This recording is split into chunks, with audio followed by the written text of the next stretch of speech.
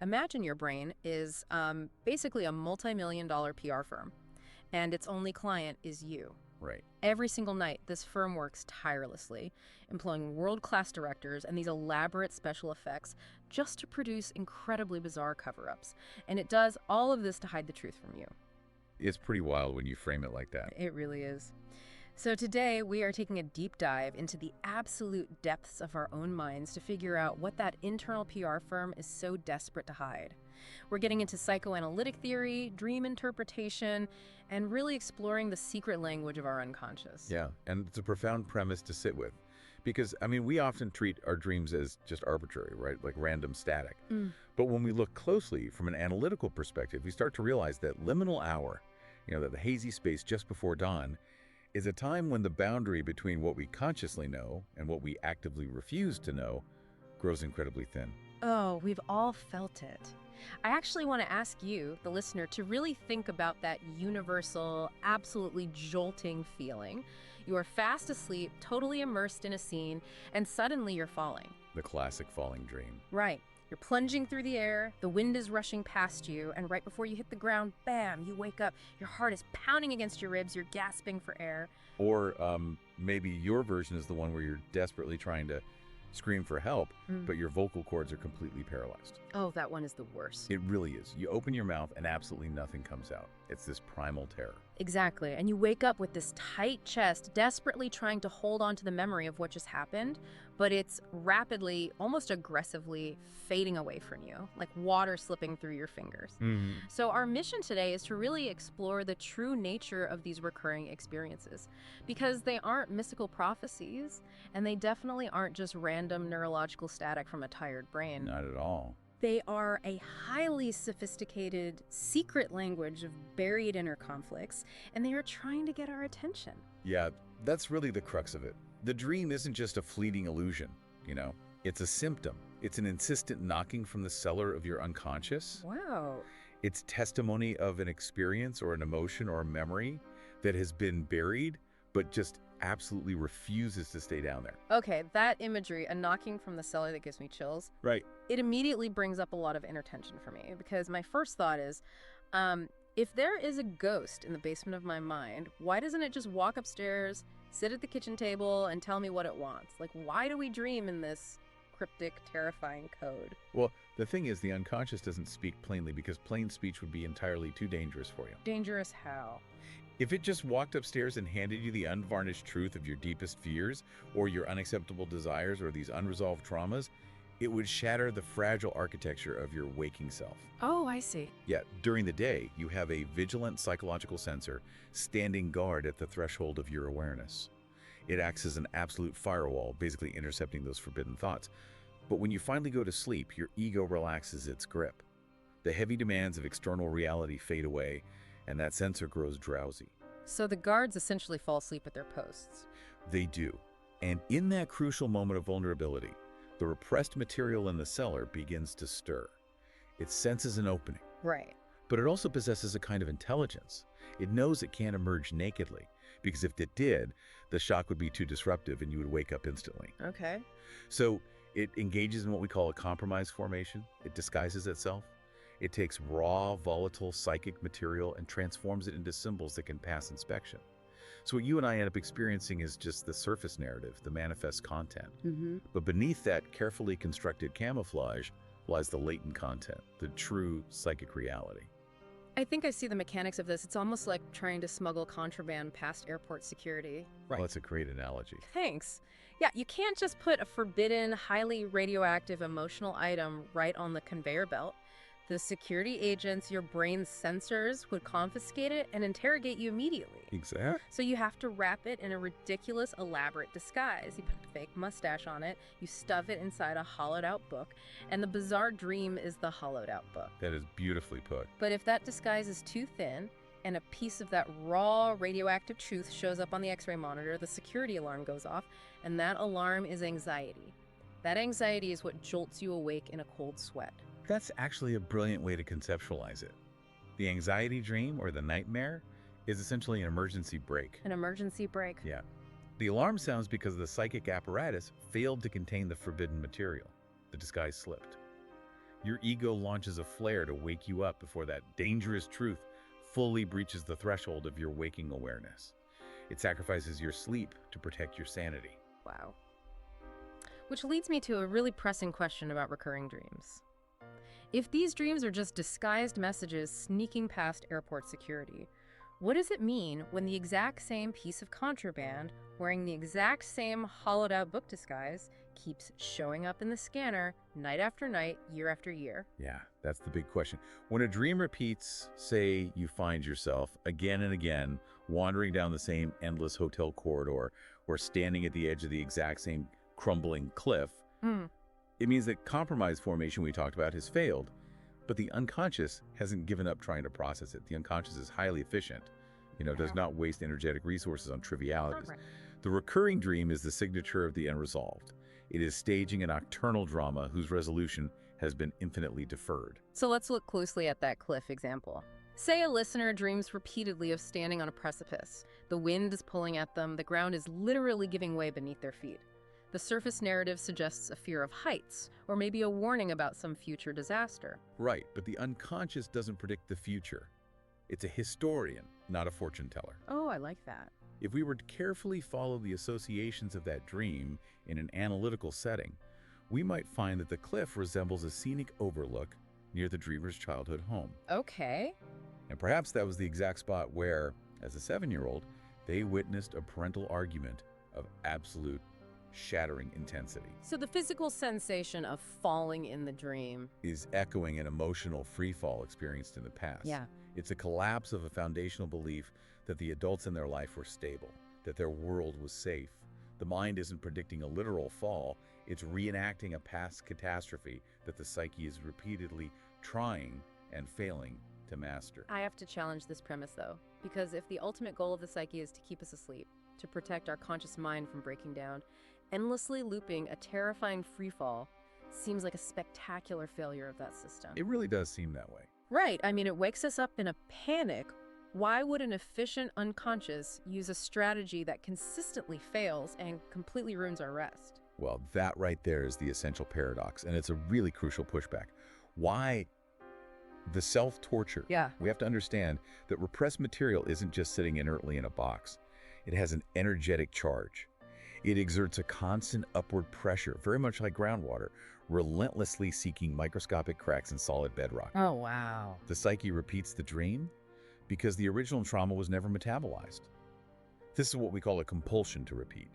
It is a desperate, ongoing attempt to transform passive suffering, something that happened to you, into active understanding. But the toll that must take on a person. It is immense.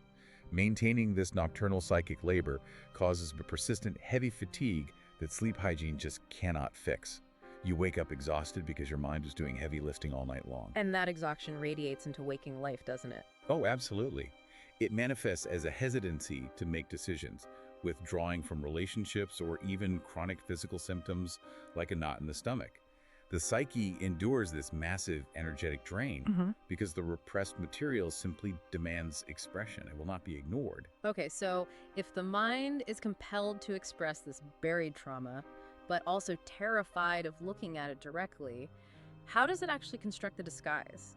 Like, what are the mechanics of turning a devastating childhood memory of a screaming match into a crumbling cliff? Well, the unconscious employs a highly specific encryption toolkit to forge these personal hieroglyphs. The first tool is called condensation. Condensation? Yeah, this is a mechanism of sheer psychic density.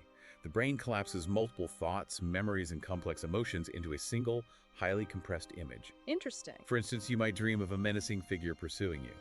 If we unpack that figure, it might blend the posture of your current overly demanding boss, the tone of voice of a critical parent, and maybe the physical silhouette of a bully from middle school. Oh my God. Right. Decades of complicated relational history are squashed into one face just to save psychic space. Wait, hold on. If you compress a strict boss, an angry parent, and a childhood bully into one single supervillain in a dream, doesn't that make the dream infinitely more terrifying? Yes, it does. So how does making the threat denser protect us from waking up in a panic? That's an excellent deduction. Because condensation alone creates something too raw, too radioactive, which is exactly why the mind immediately deploys the second tool, which is displacement. Displacement. Displacement acts as a pressure valve. It strips the emotional intensity away from its true, dangerous source and shifts it onto a much safer, seemingly random substitute. Could you give me an example of how that shift actually works? Sure. Let's say you harbor deep, unacknowledged, terrifying rage toward your spouse. It's a rage that threatens your entire life structure if you admit it. Right. In the dream, your internal director doesn't let you yell at your partner. Instead, that intense rage migrates onto a malfunctioning kitchen appliance. A kitchen appliance. Yeah, you dream of a toaster that's smoking ominously, and you feel furious and panicked about it. The emotion, the rage, is completely authentic. But the target has shifted to a toaster to protect you from the anxiety of a direct confrontation with your marriage. I mean, that is just staggering. Isn't it? The smoking toaster isn't a warning to check my kitchen for fire hazards. It's the massive fight I am too terrified to have in my waking life. The director's basically saying, we can't show the fight. The audience, meaning the dreamer, will walk out of the theater, pan to the toaster, make it smoke. Precisely. It is an absolute masterpiece of misdirection.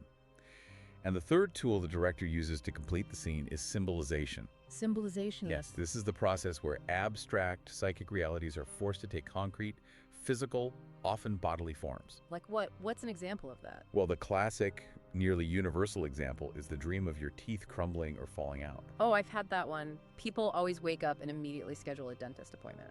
Right. But psychologically, teeth falling out frequently embodies a profound terror of powerlessness. It's a feeling of being fundamentally weakened, disarmed, or emasculated in the face of authority. It's a vulnerability that early analysts historically framed around the concept of castration anxiety. Wow. So it's not about dental decay at all. It's about a decay of personal agency. And what about the paralysis dream? The one where you urgently need to run away from something, but your legs feel like they are literally submerged in wet cement. Ah, that is another powerful symbolization. That physical paralysis isn't a motor function glitch. It is the manifestation of what we call severe superego condemnation. Okay, let's break that down. Superego condemnation. Think of the superego as the most punitive, unrelenting judge in your own mind, your internalized critic. Okay. When you try to flee a situation in a dream that you unconsciously feel you deserve to be punished for, that inner judge slams the gavel down. It says you are guilty and you do not deserve to escape. And so your mind literally paralyzes your dream avatar's legs to enforce the verdict. That makes total sense, as heavy as it is. But here is the thing that still trips me up. What's that? Even after the mind goes through all this incredible trouble, right? Utilizing condensation to compress the characters, displacement to shift the blame to a toaster, and symbolization to turn guilt into cement legs. Even after producing this elaborate symbolic movie, our waking self immediately tries to destroy the tape the moment our eyes open. We wake up and we forget the dream. Why does the brain actively delete its own masterpiece? Because the danger isn't over just because you woke up. Really? No. Forgetting a dream upon waking is not a passive failure of memory. It is a highly active, dynamic defense mechanism called resistance. Resistance? Yes, it requires cognitive effort to forget. When a dream threatens to bring repressed content too close to your conscious awareness, resistance mobilizes like a cleanup crew to block its integration. Unbelievable. So when you find yourself frustrated asking, why can't I remember my dream? The far more revealing question to ask yourself is, what would become unbearable for me to face if I did remember? What would become unbearable? That completely flips the premise. Forgetting is actually a bodyguard. Exactly. And resistance isn't the only bodyguard on duty when we wake. There's also projection. Let's go back to that faceless pursuer chasing you through the narrow streets of your dream. Yeah, that classic nightmare. We almost always wake up thinking we were the victim of an external threat. But more often than not, that pursuer is your own disowned psyche. What do you mean by disowned? It is your own unacceptable rage, your shameful desire, or maybe a vulnerability that you have exiled from your conscious identity because it just doesn't fit who you think you are. Oh, wow. You cannot tolerate owning it, so you project it outward. You map it onto a hallucinated avatar in the dream, and now it is returning to hunt you. So the call is quite literally coming from inside the house. The monster is me. The pursuer is a fractured piece of you, Yeah. and it's demanding to be reintegrated. And finally, as consciousness fully returns and you were just lying there in bed, the mind performs one last desperate defense, which is secondary revision. Okay, this sounds like the PR firm stepping in. It is exactly that. In the liminal space of waking up, the mind looks at the fragmented, bizarre, deeply illogical sequence of the true dream, and it panics. Right. It immediately starts smoothing the jagged edges. It fills in gaps. It imposes a false linear narrative, and it turns a deeply disturbing psychological revelation into a quirky, harmless story you can just tell over morning coffee. Yeah. The PR team rushes to the microphones and says, "Oh, you're wondering why you were suddenly back in your childhood home, weeping uncontrollably while looking at a smoking toaster. No, no, no. There is absolutely no unresolved trauma here. You were just stressed about yesterday's staff meeting and you ate spicy food before bed. Totally normal brain processing, nothing to see here." That is the PR spin at work perfectly. It applies a veneer of coherence to keep you functioning. And the work of truly understanding yourself is learning to read the traces that PR team leaves behind. How do you do that? You have to notice where the narrative they fed you feels forced. Where is the transition too abrupt? Where does the absolute terror you felt in the dream logically not match the relatively benign thing you are looking at? Where that cognitive friction exists, where your resistance clusters the most, that is exactly where repression has done its deepest work. The dream you conveniently forget the fastest is usually the one guarding the chamber you locked away in childhood. Unmasking that PR spin and actually turning around to face that faceless pursuer in the alleyway, that sounds incredibly difficult. It's very brave work. So how do we actually resolve these conflicts?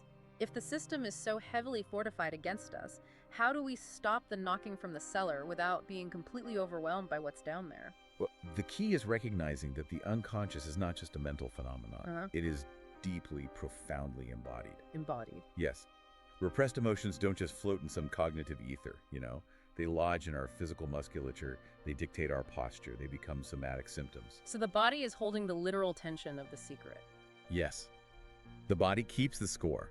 For example, a recurring dream of choking or being unable to swallow might directly connect to a lifetime of literally swallowing your words, of silencing your own needs. That makes so much sense. Or a dream of physical paralysis connects to a history of frozen trauma responses in the face of a childhood threat. The psychic energy, what we call libido, which isn't just sexual energy, but the core animating force of our desires, wishes, and memories, it remains trapped. It is bound to those early childhood wounds, caught in a compulsive, closed circuit. It's basically seeking a resolution in the present for a war that ended decades ago. Exactly. And this is why the goal of exploring your inner world is never to eradicate the dream. You aren't trying to go to war with your defense mechanisms because you have to respect them. They kept you safe when you were small and needed protection. That's a beautiful way to look at it. The goal is translation. Translation. So moving from the bizarre image to the real narrative. Yes. It's about taking that trapped energy, that bound libido, and gently tracing the thread back to its original source. It's about finally turning the key in a long-rusted lock. When we do that, we move the experience from being a compulsive, terrifying symptom into a conscious, integrated memory. We move from blind repetition into profound understanding. So the ultimate goal isn't to evict the ghost in the cellar. The goal is to finally pull up a chair, open the door, and ask the ghost what it needs us to witness. That is the beautiful ethical dimension of confronting your own depths. Dreams, even the terrifying ones, are not monsters. They are your psyche's incredibly ingenious, creative attempts to express the inexpressible, all while trying to keep you functioning in the world. Right. They are testifying that something happened to you, and you have been living in its shadow without knowing it. They don't want to frighten you. They simply want to be let in. This entire deep dive has been absolutely mind-bending, but before we wrap up, I do want to leave you, the listener, with one final, highly provocative concept regarding defense mechanisms. Oh, yes. It's a phenomenon called the transformation of affect. Ah, the emotional alchemy of the mind. Right. So the unconscious is so clever that sometimes it will actually allow a deeply repressed idea to slip into your dream, but it completely strips away the original emotion attached to it and swaps it for a decoy. It inverts the feeling entirely. So you might dream about a catastrophic earthquake, buildings collapsing, the ground splitting open, absolute devastation. And in the dream, you feel curiously detached, bored even. Because the massive visual of the earthquake is allowed through, but the terror is neutralized. Exactly.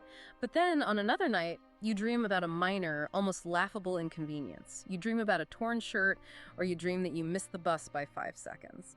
And you wake up absolutely sobbing. You're consumed by a disproportionate, crushing grief that makes absolutely no logical sense. Because the neutral, boring image of the bus became the safe vessel for the displaced mass of emotion.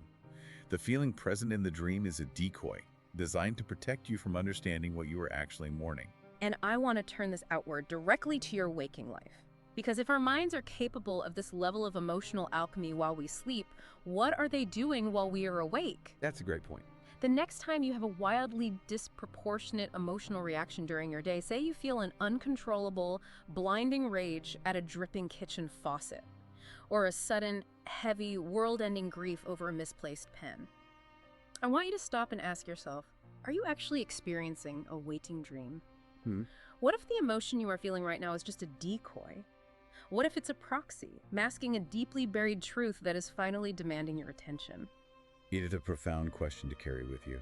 It really invites you to meet your own internal resistance with genuine curiosity rather than frustration. Absolutely.